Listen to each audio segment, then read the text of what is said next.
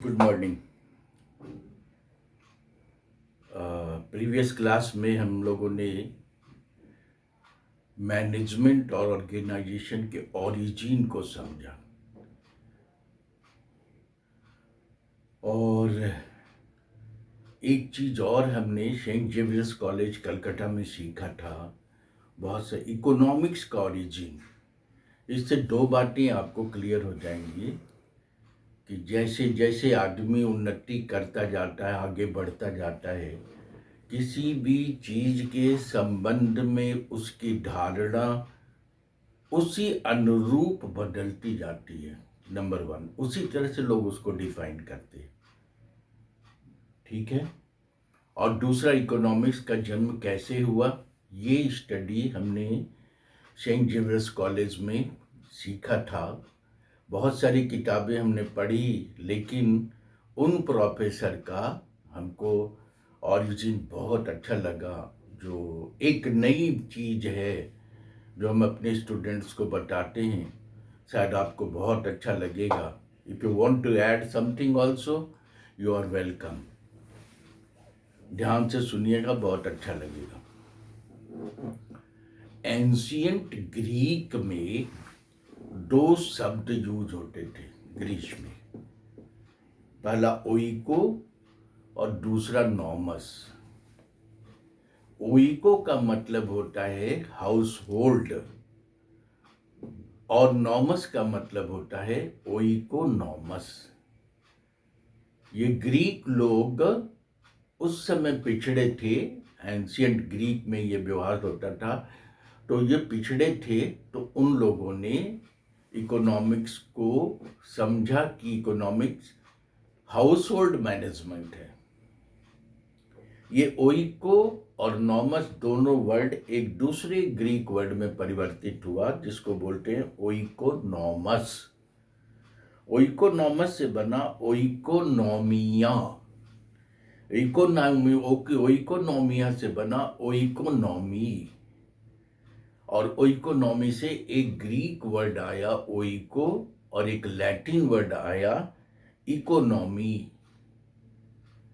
और उन्होंने बताया कि इकोनॉमिक्स, ये ग्रीक वर्ड ओइको और इकोनॉमी से बना।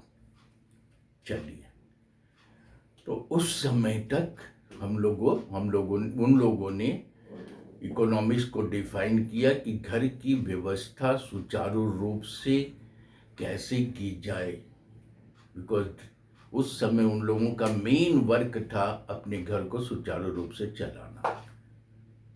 चलिए, आदमी डेवलप किया। 18th सेंचुरी आया और एक स्कॉटिश इकोनॉमिस्ट सामने आई। इंग्लैंड उस समय सारी दुनिया में राज्य करता था और उसने सबसे पहले इकोनॉमिक्स को धन से जोड़ा। उसने कहा कि economics is the science of wealth. और बहुत दिनों तक उनकी परिभाषा, एडम स्मिथ की परिभाषा लोगों ने माना और आज तक लोग बोलते हैं कि Adam Smith is the father of economics. Okay, लेकिन इसके बाद कुछ मार्शल आए। मार्शल ने कहा कि भाई, ये धन का विज्ञान आप कह रहे हो, ठीक है, लेकिन धन किसी पेड़ में नहीं उगता, इसके लिए ह्यूमन एक्टिविटी करनी पड़ती है। तो मार्शल ने इसमें human activity to earn this wealth, उसको बोला क्या, इकोनॉमिक्स है। उस समय भारत सोने की चिड़िया कहलाता था। सारा सोना उन लोगों ने ले लिया, सब जगह, सारी जगह से एक्युमुलेशन ऑफ वेल्थ उन लोगों का मेन धंधा था। ताजमहल के ऊपर का मुकुट सोने का चुरा लिया, सब रख के ज़्यादा से ज़्यादा धन इकट्ठा करना अंग्रेजों की मानसिकता थी। तो उस समय एडम स्मिथ अंग्रेज था, उसने डिफाइन कर दिया कि economics is the science of wealth. Marshall ने कहा कि धन कैसे कमाया जाए और कैसे खर्च किया जाए, इसको इकोनॉमिक्स बोलते हैं। उसने ह्यूमन एक्टिविटी को मार्श में ये मतलब धन के विज्ञान में जोड़ दिया। आदमी कैसे धन कमाता है और आदमी उसको कैसे खर्च करे। तब प्रोफेसर रॉबिन्स सामने आए।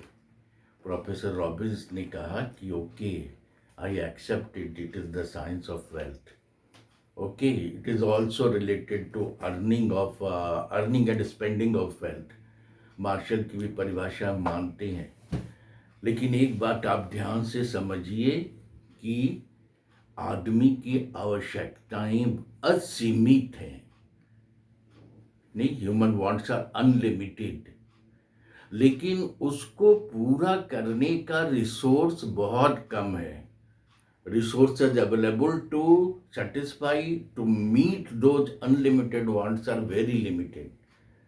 तो इस लिमिटेड रिसोर्सेज से अनलिमिटेड वांट्स का कैसे पूर्ति किया जाए, यही इकोनॉमिक्स का परिभाषा उन्होंने बताया। प्रोफेसर रॉबिन्स की परिभाषा को लोगों ने माना। तो क्या क्या एलिमेंट्स हो गए रॉबिन्स की परिभाषा में? ह्यूमन वांट्स आर अनलिमिटेड, बहुत आवश्यकता है, और एक आवश्यकता पूरी करने से बहुत सारी आवश्यकताएं ऑटोमेटिक जन्म ले लेती हैं, और उसको पूरा करने के लिए हमारे पास साधन बहुत थोड़े हैं। और इस लिमिटेड रिसोर्सेज से अनलिमिटेड वांट्स को how to fulfil, that is the subject matter of economics and that is being accepted up till now.